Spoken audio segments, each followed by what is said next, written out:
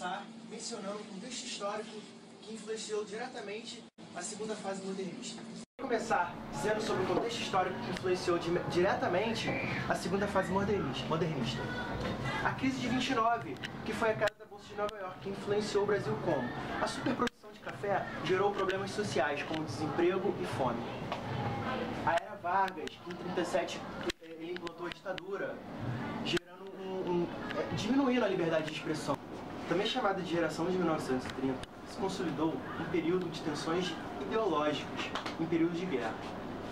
Já que no plano externo, em 1929, houve a quebra da Bolsa de Valores de Nova York, chamada de Grande Depressão, que intensificou os problemas sociais de diversas nações. Além disso, em 1939, teve início a Segunda Guerra Mundial. Não se pode deixar de ressaltar que ainda nessa época houve o avanço do nazifascismo. Já no Brasil, em 1930, a marca do ponto máximo do processo revolucionário, pois ocorre a crise da República Velha, que deve-se à superprodução de café. Isso é, o domínio das velhas oligarquias, São Paulo e Minas Gerais, ligadas ao café ao início do longo período de Getúlio Vargas. Sendo assim, a Revolução de 1930 no Brasil levou Vargas ao governo provisório apoiado pela burguesia industrial. A oligarquia cafeira sentia-se prejudicada pela política econômica de Getúlio. Por isso, em oposição ao seu governo, realizou a Revolução Constitucionalista. Em resposta às constantes manifestações contrárias às suas medidas, Vargas iniciou a ditadura militar no Brasil, em 1937.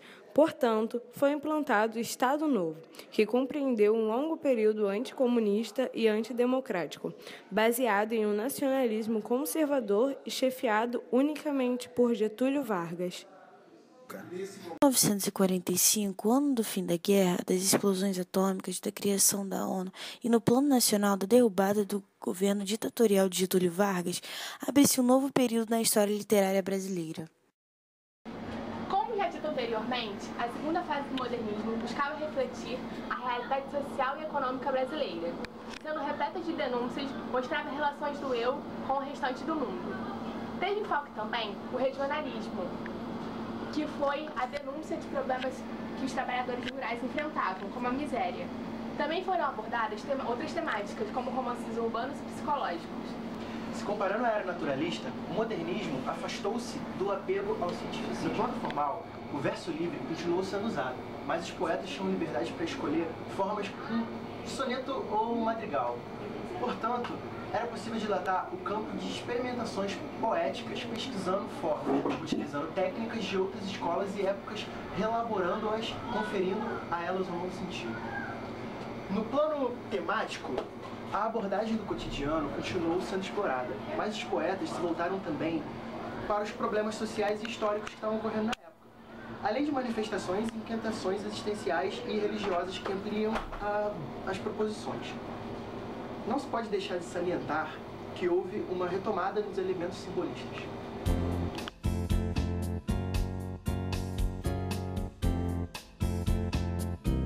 A produção literária dessa fase pode ser dividida em 3 tipos de prosa: a regionalista, a urbana e a intimista, que influenciaram esse período, que eu irei explicar. Na prosa regionalista, a tendência originada no romantismo e adotada pelos naturalistas e pré-modernistas, na qual o tema é regionalismo do Nordeste, a miséria, seco, descaso dos políticos com esse estado. Esta propensão tem início com o romance A Bagaceira, de José Américo de Almeida, publicado em 1928. Os principais autores regionalistas são José Lins de Rego, Jorge Amado, Raquel de Queiroz e Graciliano Ramos. Enquanto na prosa urbana, a tendência na qual a temática é a vida nas grandes cidades, o homem da cidade, ele com seus problemas sociais, o homem e no meio que ele vive, o principal autor é Érico Veríssimo, pelo menos no início de sua carreira. Também tem Marques Rebelo e entre outros. Na prosa intimista, a tendência influenciada pela teoria psicanalista de Freud e de outras correntes da psicologia tem como tema o mundo interior, e também chamado prosa de sondagem psicológica. Os principais autores da prosa intimista são Lúcio de Cardoso, Dionélio Machado, Cornélio Pena, que fez Fronteira, Otávio de Faria, Clarice Lispector e... Os poetas mais significativos da segunda fase do modernismo foram Carlos Drummond de Andrade, com variados temas, tais como existencial, social, metalinguagem e humor. Temos também Cecília Meirelles, com sua linguagem elevada, seu intimismo, melancolia e efemeridade no tempo. Também Vinícius de Moraes, que trata da exaltação da mulher, dos mistérios da alma e das canções de amor. Agora irei ler um poema de Vinícius de Moraes, Rosa de Hiroshima. Pense nas crianças, mudas telepáticas. Pense nas meninas, cegas inexatas. Pense nas mulheres, rotas alteradas. Pense nas feridas como rosas cálidas. Mas, não se esqueçam da rosa, da rosa de Hiroshima, a rosa hereditária, a rosa radioativa, estúpida e inválida, a rosa com cirrose, a anti-rosa atômica. Bem, este poema representa um protesto contra a bomba que foi tacada em Hiroshima no dia 6 de agosto de 1945. Essa bomba foi tacada pelos Estados Unidos para representar seu poder bélico na época que houve a Segunda Guerra Mundial. Foram mais de 250 mil mortos. Essa bomba causou inúmeras doenças nos cidadãos que lá residem, tais como, diz aqui nos versos, ondas telepáticas causou surdez,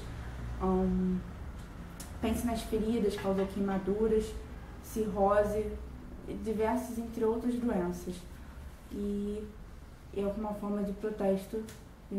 Irei ler um poema de Cecília Meirelles, O Amor. É difícil para os indecisos, é assustador para os medrosos, avassalador para os apaixonados, mas os vencedores no amor são os fortes. Os que sabem o que querem e querem o que têm. Sonharam sonhadores e nunca desistir da busca de ser feliz é para poucos. Bem, este poema retrata o amor. Só consegue o amor quem luta por ele, quem corre atrás dele. E é isso que Cecília Meirelles fala. Então, o que não procura, o que nunca vai atrás de viver feliz, de ter um sonho a dois, nunca terá o amor. Poema de Carlos Drummond de Andrade. Infância. Meu pai montava a cavalo, ia para o campo. Minha mãe ficava sentada cozendo. Meu irmão pequeno dormia. Eu, sozinho menino, entre mangueiras, lia a história de Robinson Crusoe. No meio-dia branco de luz, uma voz que aprendeu a ninar nos longes da senzala, nunca se esqueceu, chamava para o café. Café preto que nem a preta velha, café gostoso, café bom. Minha mãe ficava sentada cozendo, olhando para mim. Psiu! Não acorde, menino. Para o berço onde pousou um mosquito, e dá um suspiro. Que fundo. Lá longe meu pai campeava, no mato sem fim da fazenda. E eu não sabia que minha história era mais bonita que a de Robinson Crusoe. No poema, Carlos Drummond de Andrade relembra sua infância, vivia no interior. Olhava seu pai trabalhar e sua mãe cuidava da casa, olhando seu irmão mais novo dormir, enquanto ele lia sozinho a história de Robinson Crusoe.